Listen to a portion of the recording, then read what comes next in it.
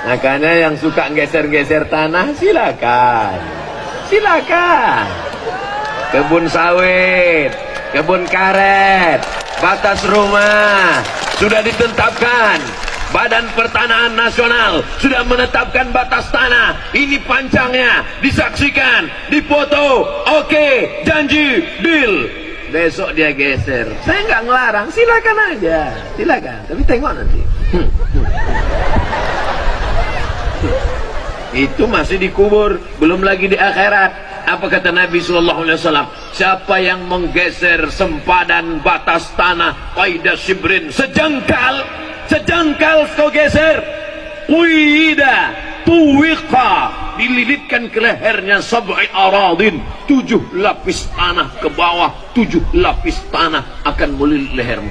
Alhamdulillah, alhamdulillah kami nggak pernah geser sejengkal. Terus 5 meter, tahankanlah. Nangis di pintu Ka'bah, ya Allah.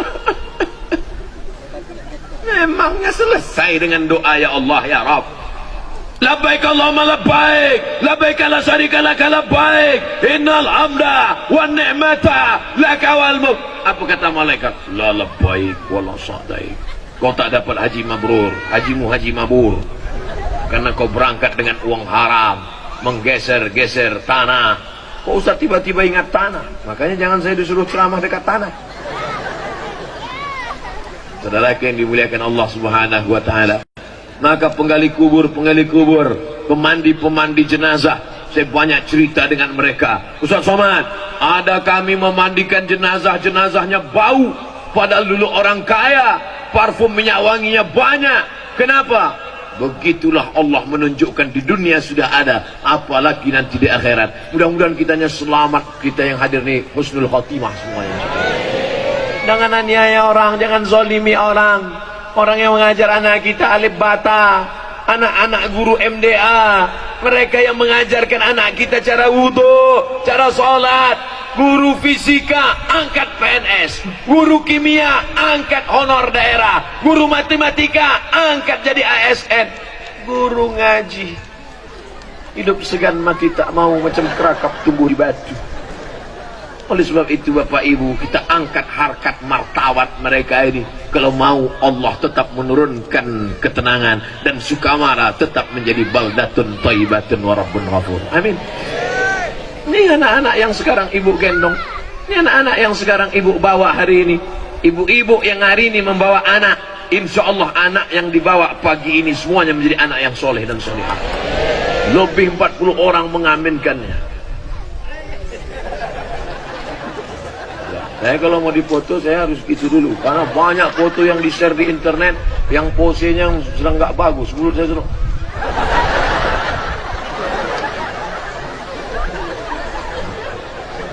Sampai mana tadi? Hilang pula bahaya. Anak-anak yang digendong hari ini, lihatlah bagaimana usaha sih. Bapak enak aja dengar ceramah. Ibu yang di sebelah mendiamkan anak. Nangis anak, tenang ya nak. Nangis anak, masuknya ke dalam. Tak juga diam, kasih keripik. Tak juga diam, masukkan cendol. Tak juga diam, ayo dah balik. Tapi insya Allah anak-anak ibu akan menjadi anak yang soleh. Mereka yang akan mendoakan jenazah ibu dan bapak di liang lahat.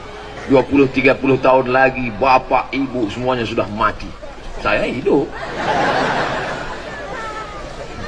Ustaz ini memang gak enak, yang giliran hidup dia aja, kami mati. Oke, kalau gitu kita balik. Di antara bapak ibu kelihatannya saya yang lebih dulu. Maksudnya saya lebih dulu mengiring jenazah bapak itu.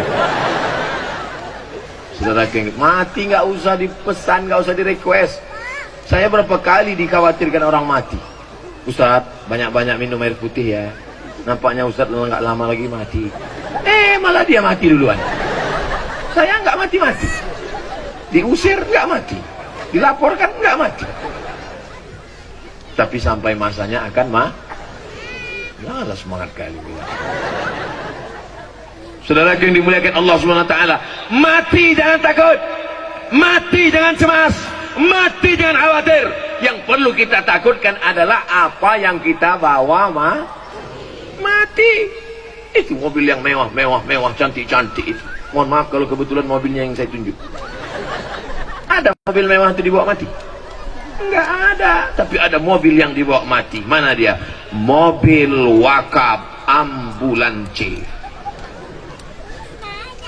Mobil ibu ada 5, mobil bapak ada 3. Datang ke masjid. Ini mobil saya wakafkan. Untuk apa? Untuk membawa jenazah yang gemuk-gemuk saja. Jenazah Abdul Somad jangan, cukup dipikul. Saya insya Allah ringan. Kemarin di hotel kan ada timbangan, naik saya ke atas. Ternyata saya sudah bertambah 53. Rupanya pakai sepatu. Saudara yang dimuliakan Allah SWT, mobil bisa dibawa mati dengan syarat apa? Wakafkan masjid, serahkan mobil ke masjid supaya ada jenazah-jenazah, ada orang tua. Saya baca di koran pasien dari rumah sakit karena tidak punya uang dibawa naik ojek sampai beritanya ke Sukamara. Dibawa naik ojek. Untung tukang ojeknya nggak tahu. Pas ditanya ini apa? Ikan. Kok besar sekali? Ya ikannya besar. Padahal anak dia digulung dalam tikar. Membaca berita itu tertawa tersenyum sambil menangis, air mata jatuh ke dalam. Kenapa? Karena orang kaya tak peduli. Orang kaya tidak peduli dengan keadaan orang miskin. La yu'minu ahadukum, kamu tidak beriman hatta yuhibba li akhi, sampai kau sayang kepada saudaramu ma yuhibbu li nafsi, sama seperti sayang pada diri sendiri. Iman bukan diukur dengan sholat berjamaah saja. Iman bukan diukur dengan ke Masjidil Haram saja. Tapi iman diukur bagaimana kita peduli kepada tetangga, saudara, kawan, sahabat kita. Setelah mendengar ceramah ini, gimana? Siap mewakafkan mobilnya untuk mobil ambulan orang miskin, orang susah?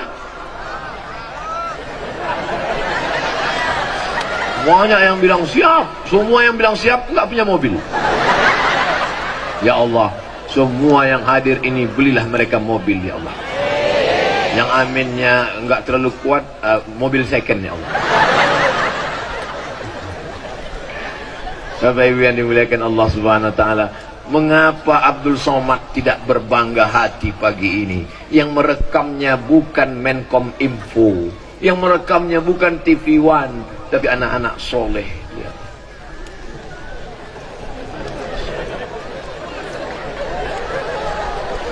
Diajaknya kawan, bro, kita sedang disorotnya.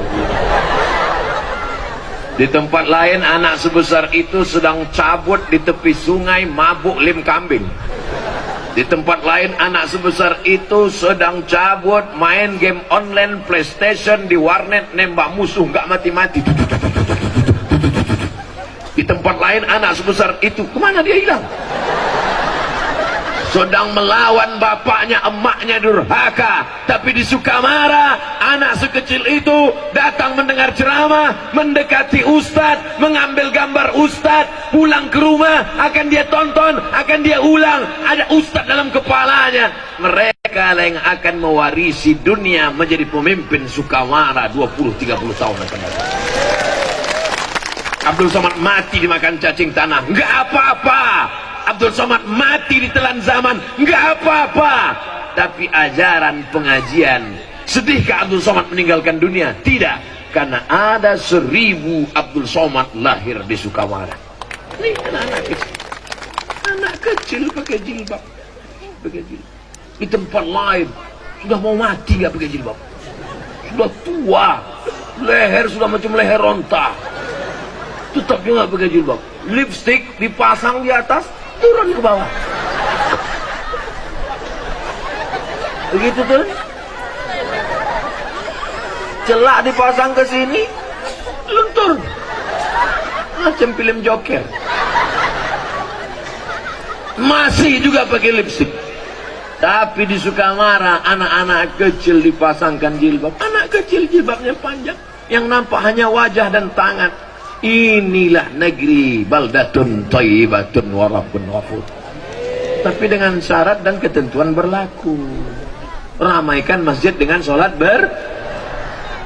Suami-suami, laki-laki, kalau memang kalian gagah perkasa, laki-laki yang laki-laki sejati, bukan yang badannya berotot, tegap kumis melintang, tato kanan dan kiri.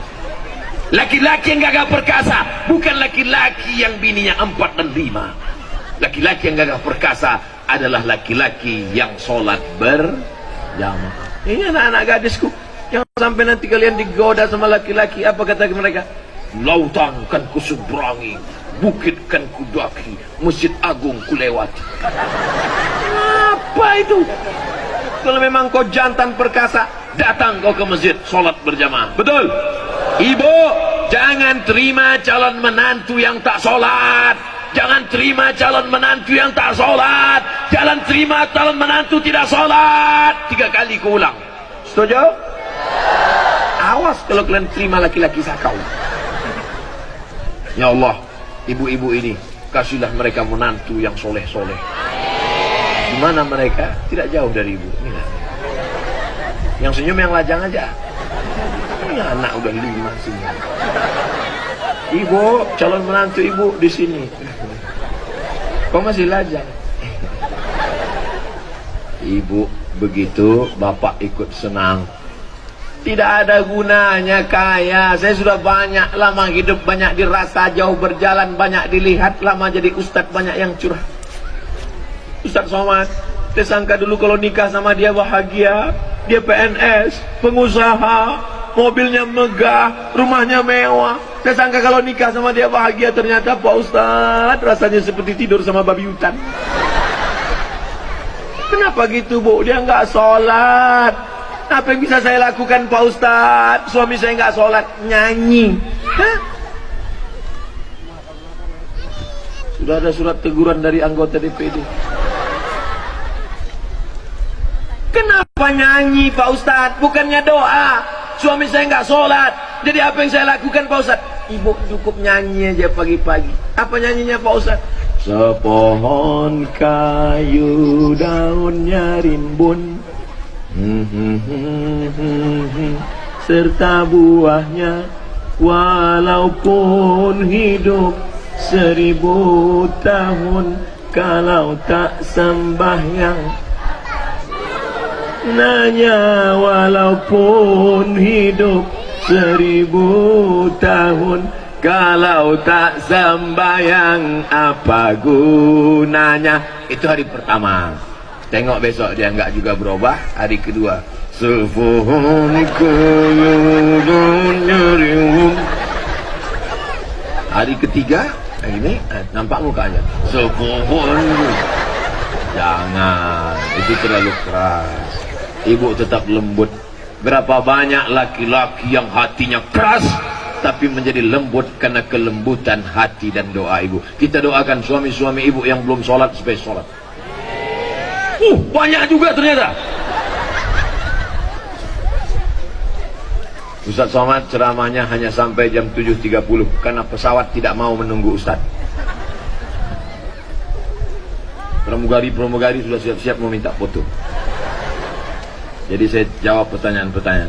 Apalah kesimpulan ceramah Ustaz tadi? 2. Yang pertama, siapkan infrastruktur, wakaf tanah, wakaf semen, wakaf bangunan, wakaf mobil, wakaf ambulan. Setuju?